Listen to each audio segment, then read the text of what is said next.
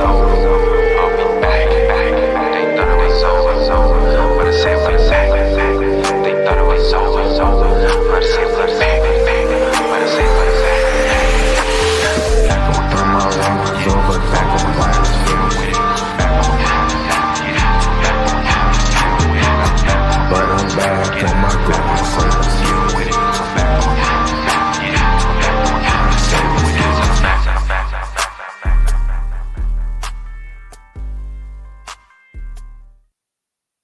Yo, what's good, people? How y'all doing? Welcome to Hoops and Brews. We're here. We are live. We are back again here to talk some NBA. Man, it's kind of nuts. We are currently on episode number 299 of Hoops and Brews. Now, yeah, it's crazy. Unofficially, we've done about 300 of these because we used to do some specials and stuff like that. But, yeah, man, it's crazy, man. Here we are. Episode number 299 of Hoops and Brews, man. We gotta do something cool for 300. Yeah, I really want to throw a party. What kind of party? I mean, I don't know, just like invite, like literally, like kind of like damn near like them streamers do. Well, we just set the shit up with two motherfucking chairs in front of the shit with the live stream shit, and then invite all of the homies in the back and hang out and watch a game or something. And then if everybody want to hop in and talk, they could talk kind of like them streamers do, like Casanat and them do, like that kind of style, where we just more so like hanging out and chilling with the mics in front of us rather than it being like, you know, this style thing, you know, a party. So invite, I don't know, 6, 8 of homies to figure out what we could do it at or find a bar or something. Maybe we could do it at the bar we did that podcast at. You know what I'm talking about with Joe? Yeah, maybe we could do it in there. Culver, right? Yeah, in Culver. So maybe we might have to get y'all a happy hour. And then in 2 weeks, come with the episode number 300 of Hoops and Brews. I'm gonna leave it up to Pavy to plan it. That's on you to plan that. All right, make it a thing. That's my only goal. Make it a thing. All right. And if we need to buy some bottles, calculate the alcohol budget. Man, shit with them terrorists, dog. I don't know. He said, terrorists, about to be BYO. We gonna be in this bitch BYOB. We gonna be in this bitch drinking U.S. products only. That mean no Hennessy for y'all, boy. Gonna be drinking Ripple again. Goddamn. Bro, you gonna be drinking Bud Lights. That's about it. That's it. A 200% tariff on the wine. Oh, what? What? Bro, a bottle of wine about to cost like $30 a bottle, bro. Ain't no more Beaujolais for you, my brother. Ain't no more Beaujolais, boy. We drinking good Cabernet, good California Cabs, and that's it. California Cabs and Oregon Pinot Noirs. Nothing else, bro. Ain't drinking shit else. Ain't drinking nothing. But nah, man. Hoops and Brews, welcome back. I feel like that mean don't take your who? What you say? That man said, Natty light me down. I'm crying. Hold on. He said, Pavy, that mean don't take your ass out the country for the episode where that Wi-Fi ain't the same. I'm crying. Y'all can't be clowning International Pav now. All right? Hey, man. Can't be clowning my man's International I'm not Pav gonna lie though. When I got like my friends in like other countries, I'm not gonna say the countries, but like, and we be like FaceTiming, I'll be shocked that like they Wi-Fi work. Yes, actually I do. Yeah, I try to think Wi-Fi work, but man, I feel like ain't too much really happened in the like league for real. Like, I mean, obviously Bron got hurt. Gonna have y'all facts. Literally drink. Actually, I don't even know about sparkling water, bro, because this shit is Italian. It's We ain't gonna be no San Pellegrino. We gonna be in this bitch with Evan. Dog, for real. Evan is about to be drinking hooch again. Gonna be drinking club soda, bro. I don't know what we gonna be drinking with this shit, dog. Carbonized spring water. No more Stellas. You ain't getting no Stellas from me. Carbonized spring water from the hills of Colorado. You ain't getting no more Modelo's. Boy, your ass getting straight Budweiser, boy. Shout out to my guy in Brazil, man. Appreciate you, man. Shout out to y'all, man. You know what? I love when I talk to people about Hoops and Brews, especially because like the pod numbers ain't as big as they was. I was just looking earlier as they was like 4, 5, 6 years ago. But I'd be like, yeah, like we got fans all around the world. Like we really got fans around the world. Shout out to all of y'all around the world. Shout out to my guy Nals, probably the #1 Hoops and Brews fan, man. Appreciate you. Shout out to Brazil, man. We love y'all as well. So I got a topic. Let's go ahead. Let's just get it cracking. Who's the best team in the NBA? We've seen Denver play OKC. they've swapped wins and losses. We've seen over the past couple weeks, Boston play OKC twice, I believe. OKC beat them twice.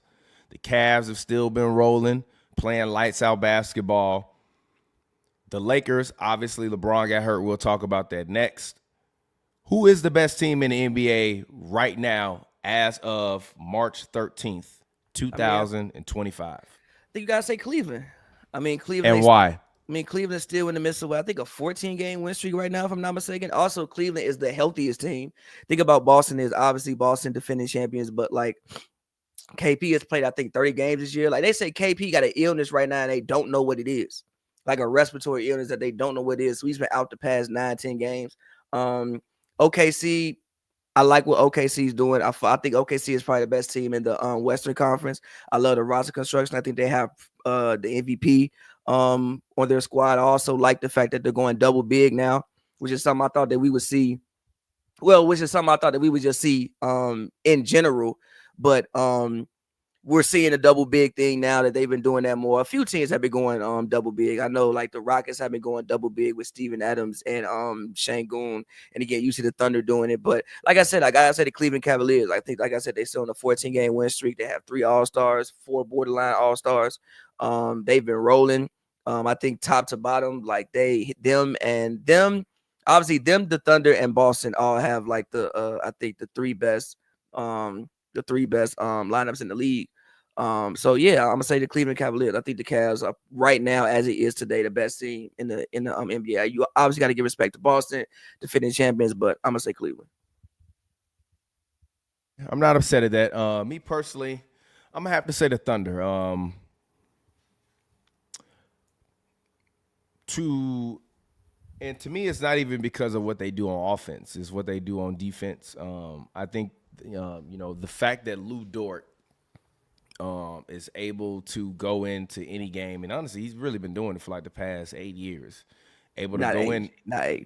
He ain't been in the league. Not 8, bro. How long Lou Dort? Just the bubble. It's like 5. Before not that, 8, bro. Lou Dort was playing defense before the bubble. Not 8. Yeah, but that was his breakout. The bubble was his breakout when he guarded Harden. Okay, he only been in the league 6 years. So yeah. No, but okay, bubble was his second year. Cool. Yeah. Still, past 5 years, Lou Dort has been arguably the best lockdown defender in the league, player to player, bar for bar. And what he is able to do to Jaylen Brown on a consistent basis is insane. Even Aaron Wiggins in that game when he was defending Jaylen Brown, defended him very well. I think had a block and a steal against him. They are able to swarm not only with their bigs when they run Hartenstein and Chet out there, but they also can go small and swarm you with wing defenders and small defenders like Caruso, and Wiggins. And they also got gritty guys that will, get fouls, do the dirty work, like Buddy with the weird haircut. I forgot his name. No disrespect. It's like what's his name? Kendrick. What the fuck is his name? Kendrick Williams. Yeah, him. Yeah, like he's dirty, gritty guy that really plays hard, tough, aggressive, physical. So I think at this point they can play any style. My biggest question for them still will always be SGA. Now I will say, even when they beat Boston without Jalen Williams playing, which I thought was a very big accomplishment for them because that showed that other guys can step up. But my biggest question mark for them will always be, until they prove it to me, when it's winning time in the playoffs, will SGA be able to go out there and win and do it at a level at which he's done it during the regular season? I have said it all year long, and I'm going to stick to my prediction. I don't believe they're going to make it out of the first round, but I do believe that they are the best team in the NBA during the regular season. And I'll leave it for you to rebut if you want. Still making it out the first round. Like with how the bottom half of it looks, they're making it out the first round. They're probably going to play Minnesota, or honestly, they still might. Well, they still Minnesota, or as it stands right now, because I know like the Suns still can't win enough games. Why you say that? What? Why you say that? Stop being disrespectful, G. Stop that shit. Stop that. You gonna be respectful to the H&B Media fam, all right? She was on this channel. You will be respectful, all right? Shout out was to hilarious, Lexi. bro. Yeah, Shout out to Lexi, man. I mean, but yeah, as it stands at like the bottom of the conference, like I would assume either probably Golden State's probably not gonna drop. Golden State's probably gonna stay at 6. They might even they're probably gonna stay at 6. I don't see them dropping out. Or I mean, Golden State to Minnesota's close, but Golden State would be playing the 2 seed because I think that they would either way they would be the 7th seed. I don't think they would fall to 8th regardless. Yeah, but to me, so when I'm looking at 8, you're playing the Clippers or the Timberwolves. I don't think they making it out of that. If you asking me gamer to gamer, give me Ant Edwards. Over who? Over Shea. In the playoffs? You lost your damn In the playoffs? You have lost the your guy that damn took his mind. team to the conference finals last year? He didn't take them to the conference yes, finals. He did. Yes, he did. He was the best player on the team. If you're the best player on the team and you get to the conference finals, strong word. Okay, so did Tatum take them? Did Tatum take the Celtics to the finals last? I mean, I'm sorry. No. I've said this mad times. I think exactly. Because Jaylen Brown is the better player. I said that he's mad not. times. No, he's Y'all not. argue with me on that. He's not a better player, but again, I think the Celtics was such like a team. Anytime you win, it's a team effort, but that was such a team effort. LeBron in 18 took the Cavs to the finals, like dragged them motherfuckers to the finals. Now, granted, other people showed up, but he drugged their ass to the finals. Anthony Edwards was not doing a carry job, no, and he's also not a better player than Shai Gilgeous-Alexander, no. So no. That's not what I said. Don't do that. Don't hype me up and get me taken out on a hot take. I said player to player in the playoffs. I know what Give you me said. Anthony Edwards. I didn't say he was better. I said player to player in the playoffs. Also, I think Shea played better against Dallas than what Ant played against Dallas. Ant really had like one good game against Dallas. And that was the game that they won to not get swept, which was game 4, I think. He played good against Denver. He played good against Denver. Okay, then. So what are we talking about? But that wasn't why they won the Denver series, though. The reason why they won the Denver series because that goofy ass shot Rudy hit. No, but that's not even why. If he would have clanked that bitch, they would have lost that game. Probably. He hit the fuck out that shot, and they wind up winning because they kept the momentum. But if Rudy would have turned around and shot that fucking ball, and it ended up in Aaron Gordon's hands because he airballed it, and they came down the court and shot a 3, they would have lost that fucking game. Rudy and that fluky ass shit. Go ahead, my bad. But also the defense that Cat and Rudy and Nas Reed all played against Jokic, I think was the main determining factor in that series more than the play of Anthony Edwards. But again, I don't think they lose it in the first round just because of who they'll have to play. Now, once they get to a series like the Warriors, especially with the way the Warriors have been looking recently, I think that would be an interesting series. Even the Lakers, granted, I know LeBron got hurt. I know the Lakers have a lot of frontline questions. I know they have a bunch of frontline questions. But again, you think if you can get into a playoff series and you get Luka and LeBron, you got to guard them people 7 times in 2 weeks. It can be questionable. But I would still pick the Thunder to be in the conference finals. I think they just had the best team in the Western Conference. But like I said, best team in the East, I'm going Cleveland Cavaliers. And they gonna basically have a cakewalk in the first round. Whoever they play, they playing the Bulls or the Heat. They could fucking rest. If it's the Bulls, they can literally rest. Like literally, they can send DeAndre Hunter and Ty James and Ty Jerome out there and still probably win that series. I don't fuck around and get froed up. You gonna say Kobe White? Don't fuck around and get a Kobe White series. By the way, Kobe White, that game he played against the Magic when he had 45, Kobe White has been balling. Like, ever since they got Zach LaVine, I like the pieces the Bulls have. Like, I think they were trying to lose games, but they can't. Yeah. They can't. Even Boozelis, yeah, he been balling. Have you seen his highlight tape from this year? I've watched him play. His highlight tape is incredible. He been balling. I don't watch Bulls basketball games. I said 2 years ago after I did my Bulls series and they wind up getting in the play-in, I'm not watching them no more until they get a good team, and I'm not playing. I've wasted 32 years of my life watching them. Well, actually, not 32. You wasted like 20. Actually, okay, hold on, wait. I wasted 25. You wasted 20 years. No, you know what? I wasted 20 because D Rose gave me about a solid facts. 3 Five years. Mike years gave me was my whole good. childhood. So all right. They had like a couple decent squads in the like. You the know late what? 2000s. You know what? I did like that team that they used to have. Nocioni, Kurt Heinrich, Ben Jordan. I like that team, That and I team. like the Baby Bulls too when they had Eddie Robinson. No, you and- didn't like the Baby I Bulls. did. I No, love you the Baby didn't Bulls. like the I Baby did when they had Eddie Robinson, Marcus Fizer, didn't. all them guys. I did. I Here's love them. what happened. No, you didn't. I love no, you them. Didn't. No, you didn't. Here's what I happened. did. I love them. No, they were still in the lore from the 90s, and we just watched them. We did not like those squads, bro. You can't tell me what I like. I didn't like watching them win 18 games. I didn't say they were good, brother. Okay. Did you hear the words "good" come No, out of my no, mouth? I no. said I liked watching them. If The you don't know who shit A. we've Robinson been- is, watch more basketball, by the way. The purgatory we've been watching for the past since D Rose tore his Achilles. I don't like watching this. It's frustrating. ACL. It's ACL. I'm sorry. If D Rose, imagine if D Rose never hurt himself. He be the greatest point guard of all time.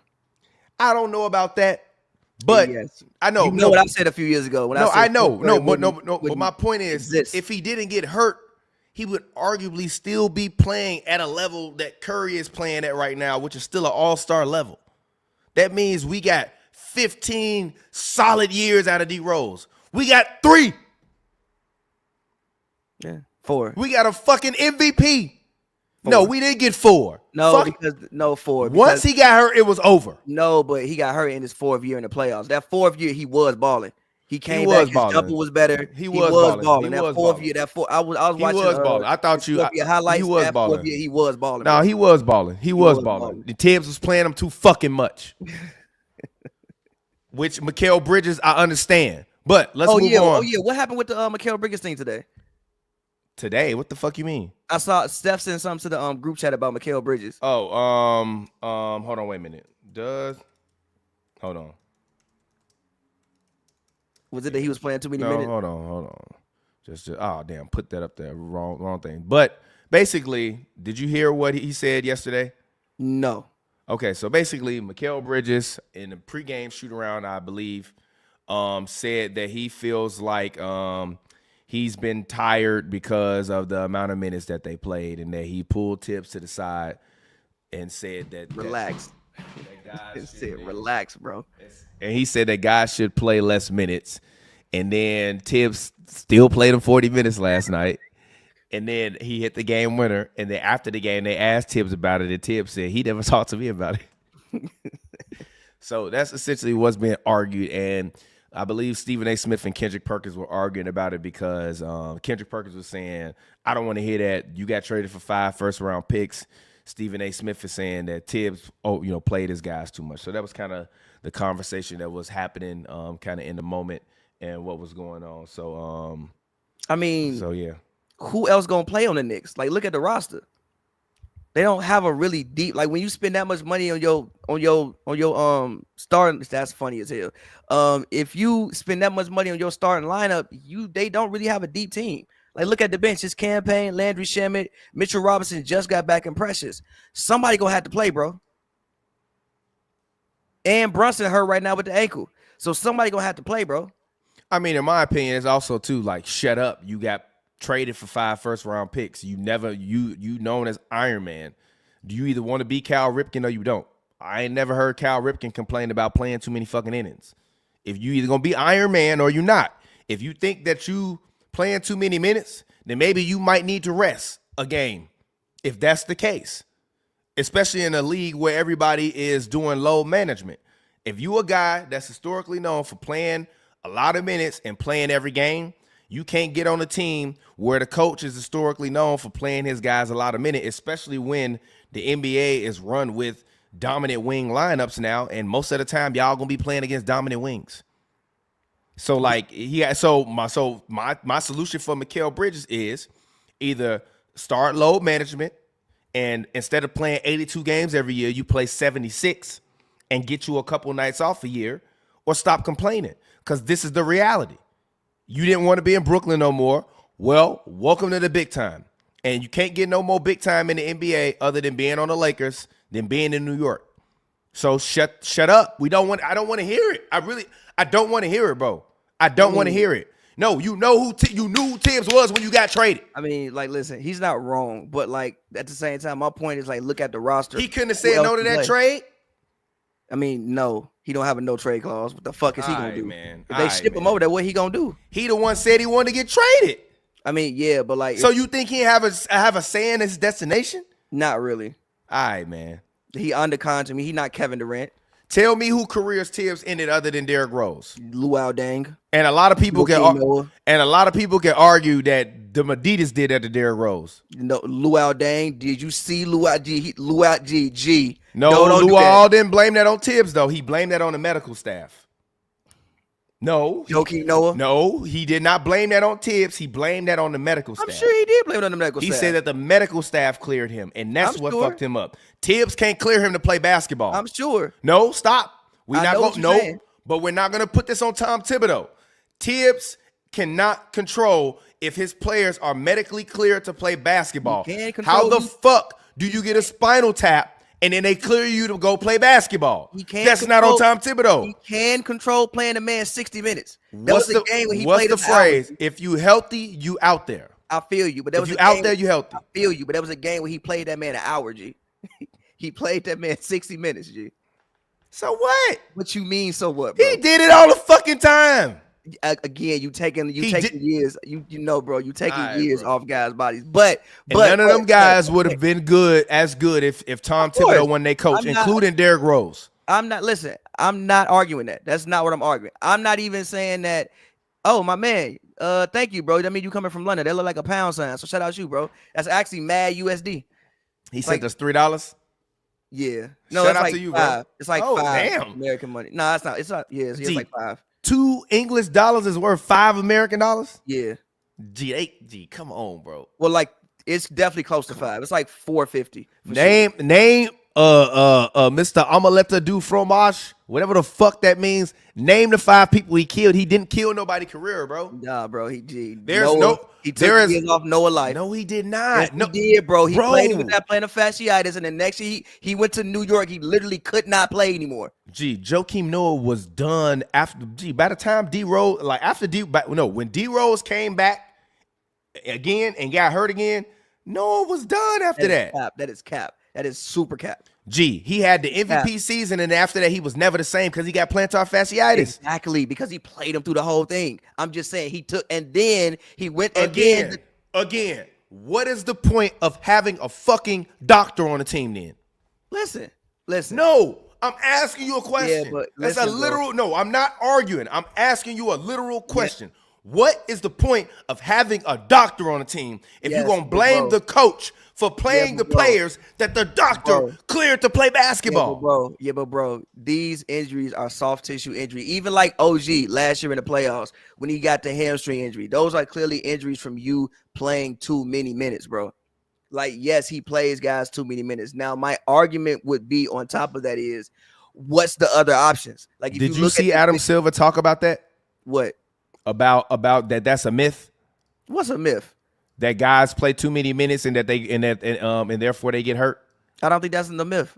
No, it is a myth. No, it's not. Yes. No, it's not. They did. No, he said that they did research, and according to their research, guys that played more minutes and more games back then got hurt less. Yeah, but you want to know why? Also, you didn't run around as much back then, bro. What? Like, listen. They're not. But listen, they also did like in the 40 minutes in 1996 is different than 40 minutes in 2025. Even the way, like, just look at the way people play defense, bro. Like, you might be in the wing one possession and then rotate to the other wing in the same possession. You weren't covering as many miles, running as many miles per game. Listen, yes, I think Tibbs plays his guys. The stats, since they've been tracking it in 2014, the average team covers 16.9 miles a game. 2023, 17.9 miles a game. That's 1 more mile a game, dude. That's not that much. Okay. That's not that much. That's like 3-4 times up the court a game. It's not that much, bro. If it jumped like 5-6, I would feel you. That's not that much, bro. Yeah, but even like if the team is running 17 miles a game, and now they run 18. It's not that much more, bro. Yeah, but listen, bro. Even like the lateral movement is different. Like, I just think the way, even if you just look at the way the game looked in 2014, it was a lot more standing around, isolation. Well, it's still you get that now, but it's a little bit more ball movement. You rotating more. I just think yes, he plays his guys too much, but that's not my point. My point is with the Knicks, there's no other option. When you actually, here I have the clip. Let's listen to it. Actually, share screen. I just think when you spend that much money on your starting lineup, you don't have any other choice. Right, so it's a mute point anyway. All right. And maybe not surprisingly, from the guys who participate in competition over the summer, because the load is maintained. They're not overdoing it. You know, I mean, but you know, they come back and there's that the consistency of the load, you know, throughout the off season. So I think it used to be, we would hear from teams that you're going to injure our players if they play for USA basketball, the U.S. national team, the Olympic team, or the national teams, you know, from the countries they're from. In fact, it's the opposite. We have fewer injuries, and maybe not surprisingly, from the guys who participate in competition over the summer, because the load is maintained. They're not. Thank you, bro. And even Gilbert Arenas. Even Gilbert Arenas himself said guys don't play enough basketball anymore, and that's why he believes that they get hurt a lot more because they don't ramp up to playing a lot of basketball. I'm with you on that. Because they don't play all the time. I'm with you on that. So I don't want to hear this thing and this conspiracy theory that Tibbs is out here ruining guys' career. Tibbs has made a lot of guys' careers. Way more than he's hurt guys' careers. Period. I think it's like what's the word I'm looking for? A gift and a curse. Tell Jimmy Butler, Jalen Brunson, Karl Anthony Towns, Julius Randle, any of these guys that have had any of these guys that have had career years while playing underneath Tom Thibodeau, tell all of them that he's out here ruining guys' careers. He's not. I mean, some guys just ain't built that way. Listen, D Rose, with all due respect to the legend, his body just was not built for the grind. Even after Tim stopped coaching him, his body couldn't hold up for it. I just don't understand how we keep blaming Tibbs for these guys' bodies breaking down when they playing less than they ever played before. They are. It's factually correct. They're playing less than they've ever played before. Except for when you play with Tibbs, you play more. Oh, except for when we play with Tibbs, you playing like they used to play. You playing more. But again. Whatever, man. But y'all can have that one, but I just don't agree with that. But again, my thing with the Knicks is just like, again, there's no other options. Look at the team. Who else supposed to play? Cat getting $200 million. Brunson getting, I think, 150. McHale getting 100. OG getting 200. Hart getting his money. At some point in time, bro, you can't have, a deep team. But yeah, we can move on. Yeah. So moving on, let's go ahead and hop into this one. The king, the chosen one, the guy who I'm not gonna lie, he's been playing like a top 6 player in the NBA this year. I wouldn't necessarily put him in the top 5 because even Luka, since he's been back, I think is no, not yet. But as we neared the end of the season, I think he was gonna hit right back where he was. No. But also I'm worried a little bit about both of their health, if I'm being honest. This team is just poorly constructed. But LeBron James' strain is growing. He's out, supposedly for 1 to 2 weeks. The team sent him back home to Los Angeles to rest while they're on their road trip. Pavy, what are your thoughts on the Lakers and LeBron straining his groin? Yeah. Which I have it's a two-sided question. Number one, what are your thoughts on the Lakers and LeBron straining his groin? And then number two, is this something, because it seems, I think at least 3 of the last 4 years, LeBron has been out with a groin strain in March. Is this something that you think can derail? Is that I don't know. I believe so. No. Last March it was his foot. Remember, he had the foot injury because after he broke the record, he took like 2 weeks off because the foot was hurt. The groin hasn't been hurt since the year after the. No, the groin hasn't been hurt since the year before, since 18-19. Let's look it up. When he tore his groin. Okay. It's So, been like ankle sprains. Jesus Christ, this man LeBron, man. I give LeBron credit. This man been on the goddamn injury report. Every goddamn, it looked like every guy. Like I'm scrolling through this. Hold on, I'm gonna just show y'all because I'm scrolling through this. Like, look. This is what's been listed on the player reports. Like Jesus Christ, bro. Calf. Oh, it's calf not growing. Calf not growing. But Jesus Christ, like look at all of these. This is just since he been a Laker. I mean, the man old, man. I mean, look, growing back in 20. And look, I mean, hey, that's the only thing I worry about for LeBron. But what do you think this means for the Lakers? Oh shit, my bad. I didn't even show it. My bad. So excuse me. This is what I was trying to show. This is LeBron's injury history since he's been a Laker. Foot, ankle, foot, calf. Yeah, it's all lower body, extremities. Hamstring, right next to the groin. Lower body. Abdomen. Yeah. And then look, groin. That was the 20. That was 20, right? Yeah, that was 20. Yeah, it was 20. Are you worried for LeBron and his injury history just with his lower extremities? Because I mean, as we even see with a guy like CP3, a lot of lower leg injuries. Usually in the playoffs, when the intensity picks up a little bit, he tends to re-aggravate something in his lower bodies. I'm talking about CP3. Do you worry for LeBron, and what are your thoughts on the Lakers going forward? They're currently the 3 seed. How you feeling? I mean, the man 40-year-old getting injured. So like you gotta be worried. You're 40 years old getting injured. So I mean, sure. As far as my thoughts on the Lakers going forward, I mean, it could be a gift and a curse, right? I mean, obviously, they're probably gonna lose tonight. I think they play the Bucks tonight. They shouldn't have lost to the Nets. They should have won the Nets game. The Nets game was not because LeBron was hurt. It was that they were turning the ball over entirely too much. I guess the one thing that you could say maybe it could be helpful is like you get Luka more comfortable, right? Luka gets to go back to like Dallas mode where it's like, okay, here's the ball, learn your teammates, figure it out, do what you want to do. And when we do bring Bron back in, Bron can. Granted, Luka was running point guard, obviously out there, and they were running things through Luka in general. But he can go back to again Dallas mode. You bring Bron back in, and Bron could just slide back in, and you make his workload even easier. But the thing about Luka is, I think even in like the Nets game, Luka back was fucked up. So we'll see. But again, I think it could be a gift and a curse. Like I said, if they can, and it's not just LeBron that's hurt. That's the other thing. Jackson Hayes has been out. Rui has been out with the knee.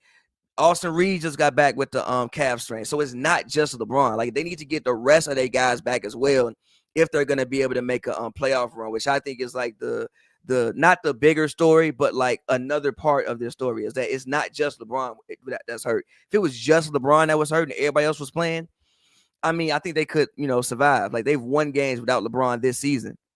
Didn't they beat Dallas without LeBron? Not Dallas. Didn't they beat Boston without LeBron this season? No, they beat Boston without AD. I think AD didn't play, and they still beat Boston. Meaning they've won games without some of their main guys this season, if I'm not mistaken. But it's just more guys hurt than that. So I think that's actually probably the bigger story. Is the Lakers in general have a lot of people on that injury report right now, and we're a month away from the playoffs. It's not just LeBron. It's a lot of people on that injury report or guys that are coming off injury. And again, like I said, the reason why they lost against the Nets wasn't because of that. It was because they couldn't stop turning the goddamn ball over. Like, they still should have won that basketball game, bro. You were playing the Nets. I don't care who's on the court. You got Luka out there. Luka had a terrible game. He shot like I think he took more shots than he had points and had mad turnovers. So again, I think it can be a gift and a curse. You get a chance to maybe get Luka a little bit more acclimated. He goes out there and knows his teammates more. Or you could be in a situation where it's like you were the 2nd seed, and I think right now they've already slipped down to 4th. Yeah. You could be a situation where like you go on like a 5-game losing streak and you end up the 6th seed, and now you playing Denver in the first round again, which is something that I'm sure the Lakers don't want to do again. So that's my opinion on it. You muted. For me, I'm looking at this situation. I think this will be a great learning opportunity for Luka Doncic. Number one, I think he's getting acclimated into life. Kind of living in LA. He's reportedly purchased a house, so I think he's finally settled in. And the shock, even though it hasn't gone away from Mavericks fans, has definitely gone away from him. and he's getting settled. I do find it funny that, you know, Lakers fans and all of these fans used to complain about Luka and say that he flops too much and that he gets too many foul calls. And now that he's on the Lakers, they see what I've been saying all this whole time. He's shooting free throws because he's getting fouled, and he's getting fouled a lot. And he definitely doesn't get superstar or MVP level type of calls. But also Luka whines and complains too much, which has always been a huge part of the problem for me. It just kind of dealing with it. Like, you know, you have to build healthy habits on the court, and that includes being positive and not complaining and getting back on defense rather than complaining. You know, as a quick aside, like one small thing, you know, and another reason why I don't believe that the Thunder will, you know, make it to the conference finals or probably make it out of the first round is because of little small bad habits that I noticed from them. And one of them that I saw was Chet Holmgren thought he got fouled. And when he thought he got fouled, he stood back there for a second and a half, looking, turning to the ref, and the ball gets skipped up to the court.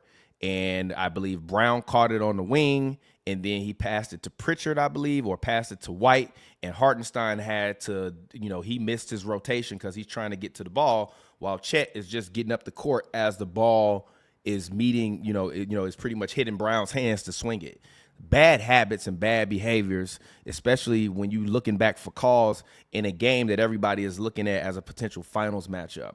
And I see a lot of that from Luka and a lot of that complaining and whining. I do believe he's getting fouled, but he has to grow up in a sense. And you know, LeBron whines about foul calls and stuff, but LeBron's been getting hammered going to the rim since he got in the league. So I can understand why LeBron is always, you know, when he does complain, but also, you know, like, in my estimation, I just think there's another level of maturity that Luka needs to hit. And I'm pretty sure that's part of the reason why Patrick Dumont and all them guys that are intentionally ruining this, the Mavericks franchise, because I don't know if you all have seen it, but there was a news report that basically said since Luka Doncic got traded away from the Mavericks, basically all of downtown in that area where the Mavericks stadium is been largely empty. Meaning there aren't people coming out like the equivalent of a LA Live. There's nobody at the bars, no one around the stadiums anymore trying to watch the games anymore because they traded away Luka. So I do believe that they had some cause, but at the same time, I do believe that Luka needs to mature. And I think two things can be true at the same time, or three things actually, because the third thing is that they shouldn't have traded him away. All three things can be true at the same time. And I think you see a little bit of that in LA because also his defensive discipline isn't as good when he feels like he's getting fouled because he's spending his time when he's coming back playing defense, looking and talking shit to the ref and not focused on his assignment. So hopefully this will allow Luka to be able to focus and lock in. This will allow JJ to get a lot more tape of Luka as the primary option, and he can show Luka his mistakes, and the Lakers will recover. Hopefully LeBron comes back and they are healthy and they make a playoff run. I would really love to see Lakers versus Warriors in the first round. That is a super heavyweight title fight. And, you know, I think Braun will be okay. I hope an injury like a habitual growing injury isn't something that ends LeBron James' career. I've said it for the past 6 years. I think he could play until he's 50, and I believe that. He can't play until he's 50. Also, I'm with you on the Luka shit. Like, I never watched Luka every night in Dallas because I honestly don't enjoy watching Luka play basketball. But like with the Lakers, I watch the Lakers. I don't enjoy watching Luka play basketball. Like literally, he whines and complains on every single guy. And it's like his whining and complaining, he rage quits. Like the second when he thinks he's gotten fouled, he's out to play now. He's completely rage quits, and it'll like get in his head and mess with his game. Like he'll still do some incredible things, but yeah, it's just the whining and complaining. He's brought it to LA, and I don't enjoy looking at it. Genuinely, I don't enjoy looking at it. Like that fucking Nets game. I'm like, bro, just play basketball. That's what we're gonna name this episode. What? Luka brought whining and complaining to LA. He did. Like, bro, like the Nets game, I'm watching. I'm like, bro, just play basketball, gang. Draw Luka as a baby. Actually, now, granted, let's get some grok. Now, granted, he was getting fouled sometimes, but it's like, bro, number one, they can't call every single foul, bro. Like, if it's 100 fouls in the game, they can't call all 100. It's not possible. So it's like at some point in time, bro, just play basketball. And Luka just sometimes will let that take over, and just it's very annoying.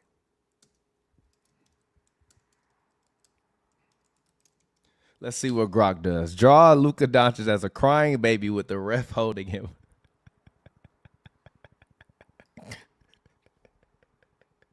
By the way, that Vaughn shit was fucking hilarious, bro. It was hilarious. That shit was hilarious. People was texting me about that shit.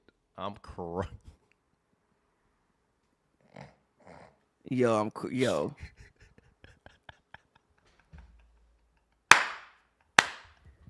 Yo, Grok is insane, bro. Why is this Nah, you gotta put a Lakers jersey on. You gotta say with a Lakers jersey. That is hilarious. Because that's funny, actually. Hold on, wait a minute. Draw Luka Doncic with the Lakers. There we go. I want to know why they blocked that one. What the fuck was that? Grok, what did you do? All right, let's see. Shout out to the fans out there. Come on, TP. You telling me he need to play guys that many minutes? Yes, he did. Ronnie Brewer was their starting shooting guard, brother. No, he had to play in that many minutes, but like, you just murdered him, but it's fine. Nah, we got to go with that one. G, Grok, which one? This one? Nah, the one. This one? That one. Yeah, that one. This one? Yeah, that one. That one. We got to go with that one. That one. Yeah, hell yeah. Yeah, we got to go with that I one. will put a 77 on this. You got to draw it on, so that shit just look funny as fuck. Just put just draw that shit on, 77. Don't even do it cold. Just fucking draw it on. And just white letters, sketch 77, Luka. But yeah, bro, I don't enjoy watching Luka just cry and cry and cry. But again, I'm with you. I think that if they do it right and they can get some of the other guys back, like one of the main, you know who they really miss right now? Jackson Hayes. Yeah. Because Jemison hooped like a football player. I'm crying. Jemison hooped literally like a fucking middle linebacker. He still ain't got it yet. At least with Jackson Hayes, you have a genuine lob threat, a guy who is like who is vertical spacer, which is something that Luka always needs. So like, yeah, I mean, I think that you can get Luka a little bit more acclimated with the team, and I think that you can use it as a teaching moment and a learning moment for those guys and for those other guys to get some chemistry if it goes right. But we'll see. Yep. Oh shit, they got it where you could do scenes on here now. That's fire. Scenes? Yeah, that means now like I can pre-save a look that's set up and click between the scenes rather than me having to manually do all of the shit that we do before. So that's actually amazing. That means our show is going to be that much better going forward. But let's move on and let's talk about the issue that has had the internet in a upheaval. My bad. I got the college games on in the background, but LeBron James versus Stephen A. Smith. Stephen A. Smith on his show First Take played with LeBron as a father. Which was wild, by the way. No, wait. I just want to preset the context real quick. Preset the context because of the clips. I got to do it for the clips. So Stephen A. Smith goes on his show, and this is after Bronny plays horribly in Philadelphia, and JJ Redick says that he felt that Bronny didn't have it that night and he wasn't ready, and JJ took responsibility for that, but Bronny didn't play that well. Bronny James this season, let's look at his averages. Come on, Bronny James this year is averaging in the league 1.4 points per game, 0.4 rebounds, 0.4 assists, 25.8% as from the field goal range in the NBA. Everyone loves to point to his G League stats. I'm not going to read them because that's the minor leagues. I don't want to hear about AAA baseball. So Stephen A. took it upon himself to go on First Take, and rather than just say Bronny's not good and that he shouldn't be in the league, he decided to make it a man-to-man thing and tell LeBron that as a father, he played with him to stop it, which, I mean, let's just be frank. We all been looking at LeBron like, yo, stop this. It just hasn't been a good look. But LeBron took it upon himself during the Lakers game. The day Stephen A. Smith announced his $100 million 5-year deal with ESPN to approach Stephen A. between the third and fourth quarter, scream at him, told him to leave his son out of it and keep his son out of the shit, and then walked away. Stephen A. has spent the past week apologizing, then doubling down after apologizing. Pavy, talk to us. What are your thoughts as a non-parent looking at this? I mean, nobody's wrong. I think pleading with him as a father is kind of crazy, bro. Like that man went on national television and said, "I am begging you as a father, stop this." Like, I think that is a little reckless. Now, granted. I don't think anybody's wrong. I don't think LeBron's wrong for the way he's handling it. I don't think Stephen A. Smith is wrong for some of the stuff that he does. I mean, LeBron was the one on Twitter talking about Bronny is better than some NBA players. You didn't have to put that up there. Like, you are putting a microscope on. Granted, it's going to be a microscope on your son regardless, because he's your son, and you don't want him in the league. You want him on your team. So you want him, and your team isn't like the Thunder. Your team is the Lakers. So it's going to be a microscope on your son anyway. But I don't think either party is wrong. Again, like, don't plead with me as a father to, like, what the fuck are we doing? Like, what? Like, if you'd just said, like, hey, bro, like, what he could have said was like, yo, the man isn't ready to be playing actual NBA minutes, especially in, like, they threw him in an actual NBA game when Shake Milton should have been a person getting those minutes, an actual NBA player. He could have said, like, yo, Bronny wasn't ready, because, again, it did look hilarious. I watched that game. Tyrese Maxey called for an ISO every single time he even looked at Bronny. I'm like, gee, this is bogus as hell. G, take this man off the court. It's kind of embarrassing. But at the same time, like, rookies get embarrassed like that all the time. Like, if it's guys games where it's hurt and you see a mismatch on the court, people gonna take advantage of it all the time. It's just more of a story because it is Bronny. That is LeBron's fault. It being a story, but I don't think, again, no party is wrong here. I think the way that, I know people would say, oh, well, he could have came to him after the game. He could have came to him after the game, or before the game. But also, Stephen A. Smith went on national television and said this shit. It wasn't like he even did it on, like, the little radio show that he be doing. No, he went in the middle of First Take on national television and pleaded with that man as a parent to stop this. So I get why LeBron wanted to handle it that way. And again, I understand why Stephen A. Smith did what he did. I don't think either party is wrong in this scenario. I think that it's just a fair disagreement between two people, in my personal opinion. Okay. All right. I can't be upset at that. I'm not mad at it. My personal opinion is, you know how I feel about this whole situation. It's a travesty, it's a sham, and it's a mockery. And I don't know. I'm a parent. I don't need to plead with LeBron as a father, because I'm just a basketball fan, and watching Bronny on the basketball court, anybody that's watched the league or cover the league can see that the kid ain't ready. The reason why he didn't shake Jaylen Brown's hand before the All-Star game is because Jaylen Brown got caught on video on the sideline saying, yeah, he ain't ready. And we all know that he ain't ready. But LeBron and his self-aggrandizing self wanted to have his son play with him. He literally told every team, I'm going to the team that my son is on. And he waited until his son got drafted for him to make sure all of his extension stuff is right. Bronny's a 55th pick with a 4-year-long guaranteed contract, which is kind of unheard of. So let's not sit up here and act like a lot of this stuff that's going on is not unprecedented. Wait a minute. I let you talk. Right. We can argue afterwards. Let's not act like what we're seeing with LeBron and this Bronny James situation isn't unprecedented. But also, I don't really care, because we see guys like Buddy Boeheim and shit like that wind up making them, making their way in the league and playing a couple games and stuff like that. I'm not tripping on it. But after JJ put him out there and he got called every single time on a switch or a screen and got annihilated in front of the world on national television, that was the time where, yeah, you do need to stop it. Was it on Stephen A. to go on TV and plead with LeBron as a father? No. He could have just went on TV and said, hey, the kid isn't that good and he shouldn't be playing. And that's what I've been saying the whole time. And I've been saying that you can take him and you can turn him into a mascot if you want to, but that's not going to be good for him. It's not. None of this, in my opinion, has been good for Bronny James. It hasn't been. And as by all metrics, Bronny James is a good kid. He hasn't been in trouble. He ain't got arrested. He ain't did nothing where he really needs any criticism on him as a human being. All of the criticism is really coming from basketball and from the fact that his father continues to brag at a LeVar Ball level about his son, who is not at a Ball level son level.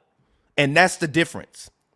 LeVar talked a lot of shit, cash shit, every day about Lonzo, LaMelo, and Jello. And until Jello decided to take his ass over to China and steal them fucking sunglasses while he was at UCLA, he probably would have been in the league too, because he made the league, played a couple preseason games, and then flamed out. But his reputation was ruined after they went to China and he stole those sunglasses and it turned into an international incident. But other than that, LeVar still got 2 out of 3 right. 2 guys that have gotten paid $100 million contracts, that have been guys that have been starters in the league. LaMelo Ball, superstar in the league. Lonzo, in the league, but still a very good player. Now, that remains to be seen with Bronny. Bronny is still a young player, but it's LeBron who went and on Twitter with his Twitter fingers and typed that his son was better than half the league when his son was still in high school.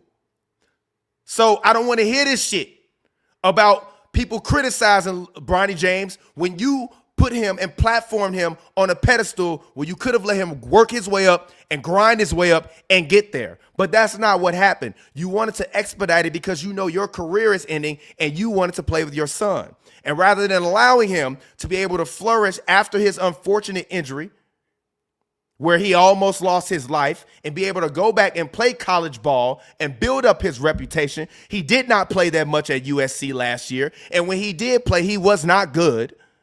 I watched the games. I live in Los Angeles. I hear the chatter.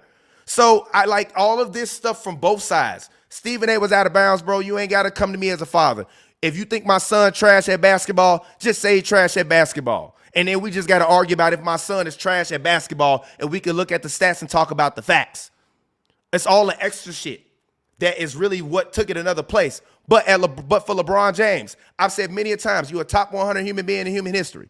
Great guy, great father, been very kind every time I've met him or been near him, whatever. But you got to stop this shit. You cannot do these things and then play the victim when it does not work out in your favor. Because if Bronny James came in the league, lighting it up, giving us 20 a game, you still be on Twitter talking cash shit. I'm done. I just want to say the contract. Am I wrong, though? Would he not be? I just want to say the contract is not unheard of. Second round picks do like sometimes get 4-year deals. 55th pick, get a 4-year guaranteed $8 million contract.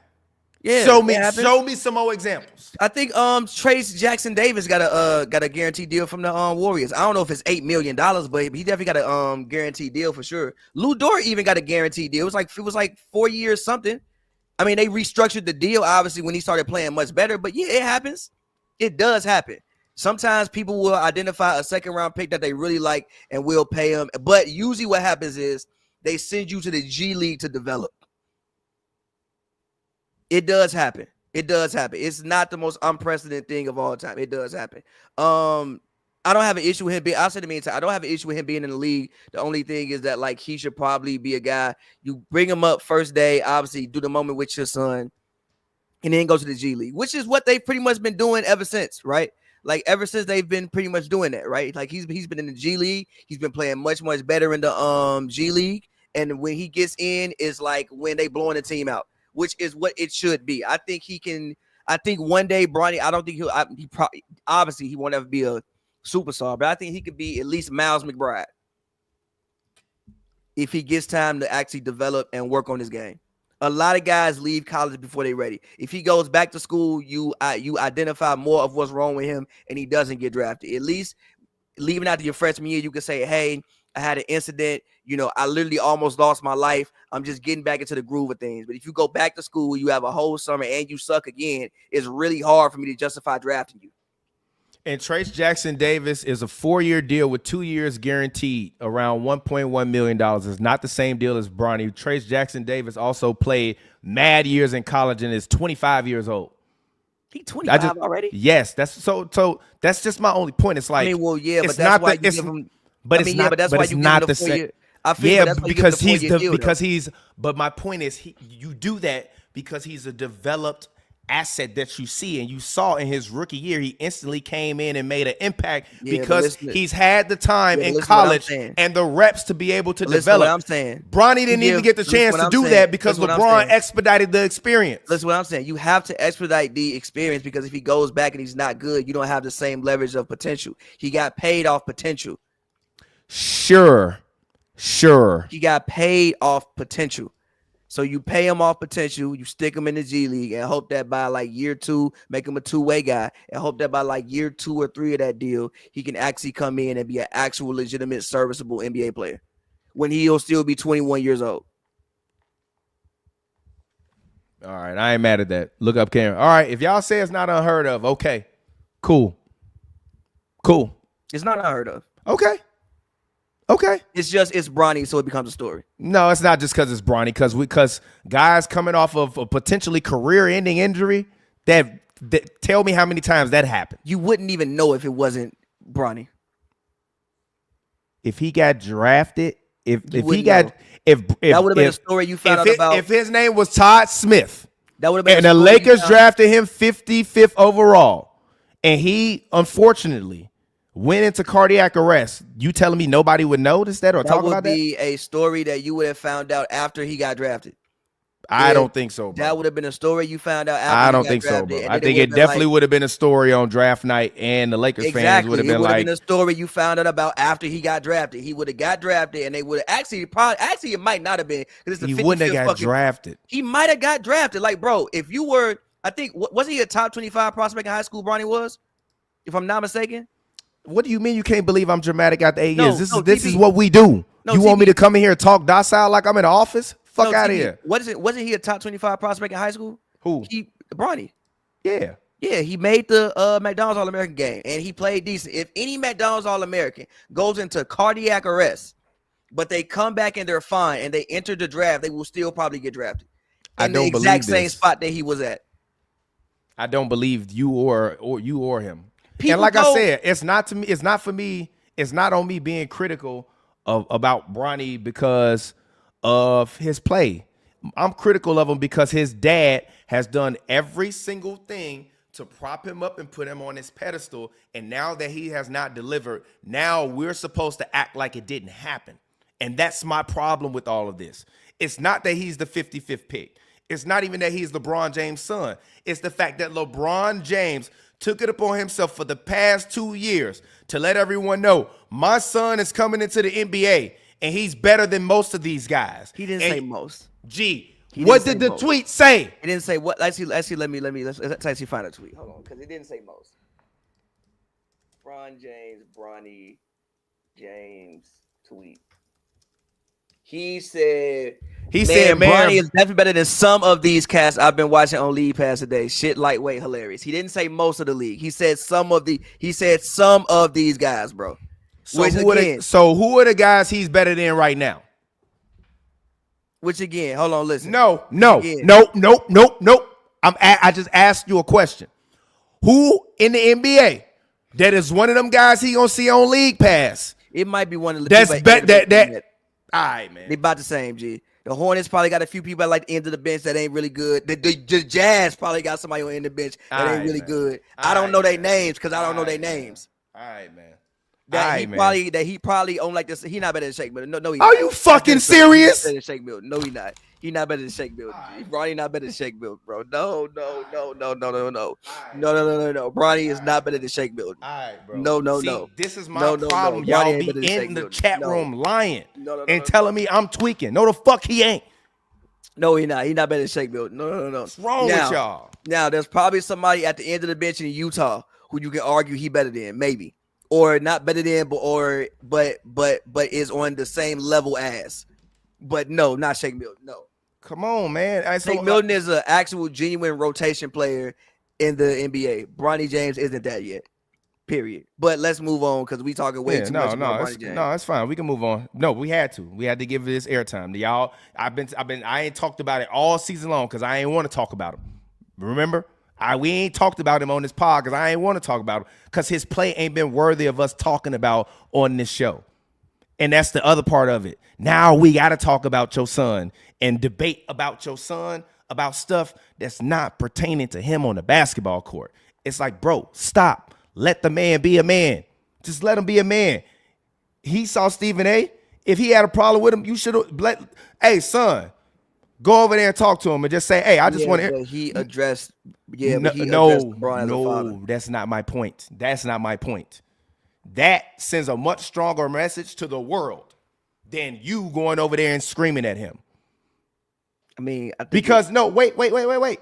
Because maybe even though Stephen A. got a problem with me, like we know Stephen A. admitted that he had a problem with Kyrie's dad or something like that, which is why him and Kyrie was, he was going at Kyrie until they pieced it up or somebody. If you want to use that as a teachable moment, yo, son, go over there, talk to him, introduce yourself to him, and then just come back over here. That's a show of strength already. Okay. It is. It's a show of strength already. Because now when you get on TV and you say these things about me, I as a man came up to you and showed you some respect. And then if I'm Bron, and when I see him in a tunnel, which we all see these players, yo, my man, let me holler at you. I mean, I hear you. I'm just saying, it's completely different routes that could be taken. And LeBron is a leader. And the kids see that shit, and they gonna follow behind it too. It's better ways to handle those types of confrontations, especially when you someone as big as LeBron. And you can't match someone being little, a small person, just so that way you can feel better. Be a bigger person the whole time. And to me, he put himself on a level where we got to argue who was right when he could have did it a different way. And we were like, damn, LeBron and his family embarrassed Stephen A. and made him look classless. And to me, I think both of them was wrong at this point. So I don't think anybody won. But we can move on after you say your last thing. No, that's all. We can move on. All right, cool. Last topic. Should the matchups that we saw over the last week between Oklahoma City and Denver determine who's the MVP? Now, no. Shea played solid in both games, amazing in the first game. Jokic, horrible in the first game, even though I believe it was on a back-to-back. Amazing in the second game. Has this swayed your thoughts on who is the MVP and who's climbing up the MVP ladder? No, I think it's still Shea number one and Jokic too. I mean, with what again, we don't recognize it, but Shea, for a guard, he's having one of the best seasons in NBA history. No, I think people recognize it. I don't think people talk about it enough. Like when you look at what he's doing, number one, he's been top 5 in offensive and defensive rating. His team has the second best record in the league, may end up with the best record in the league. I think he's leading the league in scoring, if I'm not mistaken, giving you 32 a night. Is he leading the league or is he second in the league in scoring? I don't know. Hold on.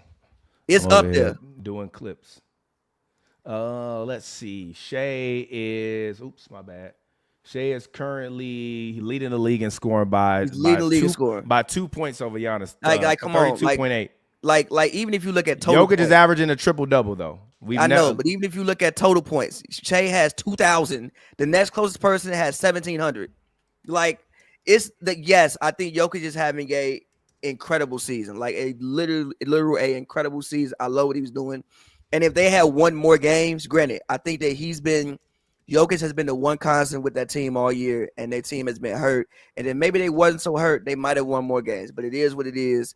No, Shea's the MVP. It's his award. Give it to him. He shouldn't win it unanimously.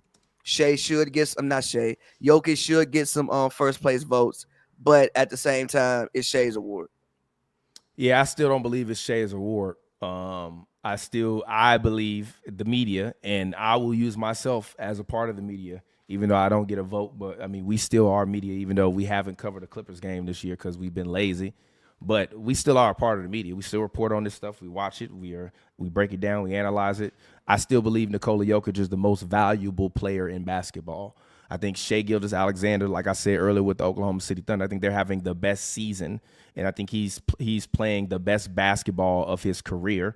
And he might have had the best offensive season one of them at least. I think this has got to be like a top 10 offensive season for, not only a perimeter player, but also a number one option. But when I'm looking at the things Nikola Jokic does night in and night out, if he doesn't play well, that team is not the same. And when he's firing on all cylinders, they're unbeatable. And I think that's the biggest difference. Like, to me, Oklahoma, Shea can have a bad night and OKC can still win that game. I don't know if Jokic has a bad night if the Nuggets can still win. I don't know about that either, bro. Like, yes, if Jalen Williams is healthy, yes. I don't rate Jalen Williams the same way you rate Jalen Williams, and I fuck with Jalen Williams. But I don't rate Jalen Williams the same way you rate Jalen Williams. Like if Jalen Williams is the best player, he not a top 25 player. It may be 25. Okay, so what? What are you talking about? Clay might have been 25, but he was still 25. What happened? Damn, Pavy gone. Pavy said, "I'll see you later." But no, Clay might have been number 25, but he was still a top 25 guy. I mean, when you have a top 25 guy, I mean, like, it may be like literally, it may, but that's like saying Giannis shouldn't have won on MVPs because Middleton was the 25th best player in the league. Like, come on, bro. No, but I'm not saying that though. I'm not saying that. That's not what I said. But what I'm saying is this though, like that's not what I said. I said that I believe that the Nuggets go as Jokic goes, and I believe that the Thunder are a more balanced team. I still think they go as, I feel you. Yes, I think that they have a deeper team, all that. But I still think the Thunder go as Shea goes. If Shea is not averaging 32 points, shooting 50% from the field, ain't no way in hell they're the number one seed in the West by 10 games. Ain't no way in the bluest of hells. In the bluest of hells. Okay. I mean, I'm not going to argue that, but I do believe that, in my personal opinion, that, Murray's in the same range as J-Dub. No, he is not. I don't hate that opinion. Jamal Murray ain't never been an all-star, bro. No. Yeah, Jamal Murray never going to be an all-star because the guards in the West are better than the forwards in the West. I don't think he has ever played at an all-star level. If he was in the Eastern Conference, he might have made an all-star team. If the Nuggets win the East, he might be a one-time all-star. But because he's in the West, no. I guess. All right. Like, is Jalen Williams a top 10 forward in the league? Let's name him. All right, so we got Jason Tatum, Jaylen Brown, LeBron James, Kevin Durant, Giannis.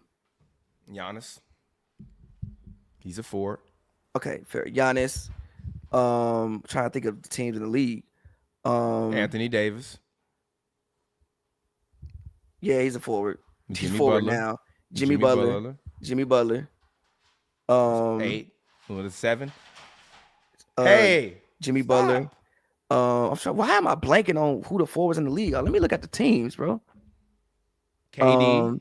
I said KD already. And is a guard. Julius Randle. Fuck no. DeMontis Sabonis. Sabonis is a center. Oh yeah, he is a center. Yeah. Paulo. No, he's been better than him. He's been better than him this year. Yeah, but he's been hurt. No, he's not a better player than Paulo. He's just been better than him. Pascal Siakam. No. Siakam is better than Jalen Williams. I'm not rocking with that. Siakam's better than Jalen Williams. Nah. Siakam's better than Jalen Williams. Not this year. Evan Mobley. Evan Mobley, I'm not mad at. Siakam, I'm sorry. I'm not going on Siakam. I'm not going on I think if he's top 10, he's 10 to me. I don't know if he's 10, bro. He's 10 to me in a very forward-dominated league. I don't know if he's 10, bro. He's 10. I don't necessarily agree with him being 10. Scotty Barnes, I think, is better. Player to player, I think Scotty Barnes is better. I still think Paolo is better player to player. Granted, I will agree with you, Jalen. I would argue Franz over Paolo, but I would not. But I would also argue Franz is a better player too. Franz is better than Paolo to me. No, he's not. You tripping. He's not better than Franz Paolo. is better than Paolo. He's not better than Paolo. He's not better than Paolo. Yes, he is. Oh, Franz is better Mikal than Bridges. him, Mikal Bridges. Bro, Franz is averaging 24, 5, and 5 this year. What are you talking about? And what is Paolo averaging? This man averaging 24, 6, and 5. Franz shooting better from the field. Give me Franz, bro. Paolo, bro. Give me Franz, G. Paolo. Nah, give me Franz, G. Either way, both of them better than Jalen Williams. I'm not mad at it. So, like, no.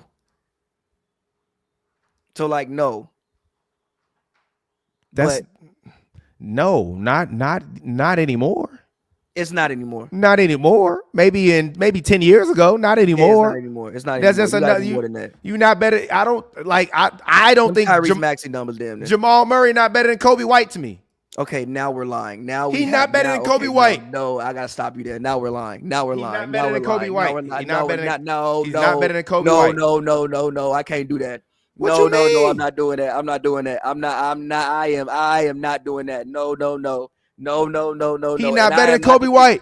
And granted, And Kobe White just became the number one option. And listen, I am not at all the biggest Jamal Murray fan, but you have fucking lost the plot. No, How? I'm not doing that with you, G. No. How? No. You could have said Tyrese Maxey. It was so many other people you could have said. You said Kobe White. Yeah. No.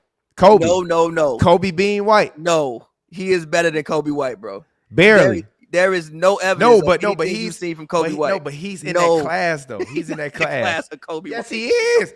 Gee, Kobe White averaged 19, 4, and 3. He's not in the class of Kobe White, G. Kobe averaging 19, 4, and 3. Jamal averaging 21, 6, and 3. I don't give a fuck. He not in the class of Kobe White, bro. No, I'm not going off that, G. No. Jamal Murray is in the class of like Kobe White. no, it's not Kobe White. Yeah. At least like healthy DeJounte Murray. That's the class he in. Nah. Healthy DeJounte. So Kobe White better than Murray? No, Kobe he in White the same class. All right, man. They in the same class to me. All right, man. Kobe has made himself $150 man over the past year and a half to me. When his contract up, $150 million? yeah, He not getting $150 million from nobody. 30 a year. That's light. G, the max gonna be 65 in a year. Okay, he might. He gonna get 150 for 19 a game on the perimeter. What you mean? But no, those are good numbers on a bad team. You know who could use him? Who? The Magic. He would be hooping on the Magic. They I don't need hate him. that opinion. Especially since Suggs got hurt and things didn't work out with Markelle. They don't really have a true number one guard. I don't hate that opinion. He would go crazy over there. Like, stop playing with my man's Kobe Bean White. No, listen. I fuck with Kobe White. I don't fuck with what you just said about Kobe White. I fuck with Kobe White though. All right, whatever. Anyways, before we get out of here, you already know we need one. Give us a random hot take. Random hot take. Amen Thompson is Amen Thompson is a superstar in the making. That's my random hot take. Amen Thompson, superstar in the making. I think he should probably be first team all defense this season, in my personal opinion. I don't even know if that's a hot take, but like that's my opinion. Rookie first team all defense. No, not second year. Okay. Second year. Oh yeah, they are in their second year. I keep forgetting about that. Yeah, him, Dyson Daniels, and Amen Thompson should be first team all defense. All right, I ain't mad at that. So anyways, man, it has been Hoops and Brews for us. Shout out to all of the fans, man. We love y'all. Thank y'all for watching as always. This show co-stars rapper extraordinaire Pavy. Go ahead, talk to the people. As always. Hold on one second. I turned the music up loud as hell. My bad. Go ahead. As always, man, follow me on Twitter at Pavywood, P-A-V-Y-Word, all one word. I got new music out. Make sure you go stream that everywhere you can stream music out. Or you can go to pavers.com and go check everything out there. But yeah, appreciate y'all, man. Yes, sir. And as always, it's your boy TPJ. Find me on Twitter, Instagram at RealTPJ. Oh, never mind. You can't. Find me on Instagram at RealTPJ. Find me on Twitter at Hoops and Brews, man. Love y'all. Appreciate y'all. Hopefully this will be a fun episode. Hopefully this has been a fun episode. I actually edited the cover a little bit. I put Luca face on the baby. I had to. But it looks funny. We'll see y'all later. Until next time, man. Much love. Peace.